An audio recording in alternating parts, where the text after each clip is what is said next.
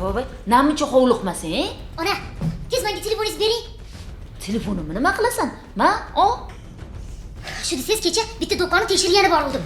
Borsam, menga aqllilik qiladi. O'zi tekshiruvni ro'yxatdan o'tkazganmisiz? Ruxsatnomangiz bormi deb. Xuddi o'zi bir qoidalarga amal qilib hech bir xatosiz ishlayotgandek. Asabimni o'ynadi. Men endi uni boplayman. Hozir sizni telefoningizni olaman, o'zingizning ishxonangizga telefon qilib, men shu do'kondan narsa olgan edim, lekin menga chek bermadi deyman. Hali ko'radi mendan. Voy, menga qarab olam. Keyin o'zimizga ziyon bo'lib qolmaydimi? Voy, senga gap tegmasin deyman-da.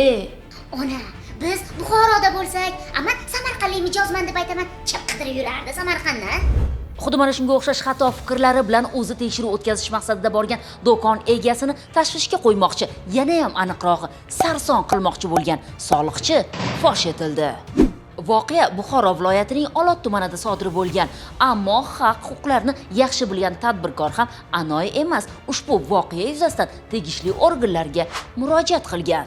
O'rganilgan hujjatlardan ma'lum bo'lishicha, xabar yo'llagan fuqaroga tegishli bo'lgan telefon raqami aynan tadbirkorlik subyekti faoliyatida tekshirish o'tkazish to'g'risidagi buyruqda nomi qayd qilingan boshqa bir soliq organi xodimining onasiga tegishli ekanligi aniqlandi.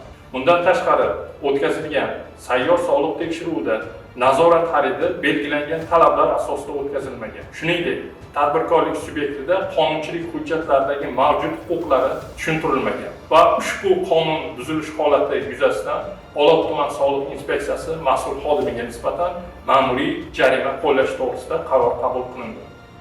Hurmatli tadbirkorlar, boshlagan ishingizning yurishib ketishi uchun sizdan nafaqat hisob-kitobni yaxshi bilish, balki huquqiy savodxonligingizni oshirib borish ham talab etiladi. Aks holda yuqoridagi kabi muammolar sizni ham chetlab o'tmasligi, undan ham yomoni, ba'zida tadbirkorligingiz kasodga uchrashi ham mumkin.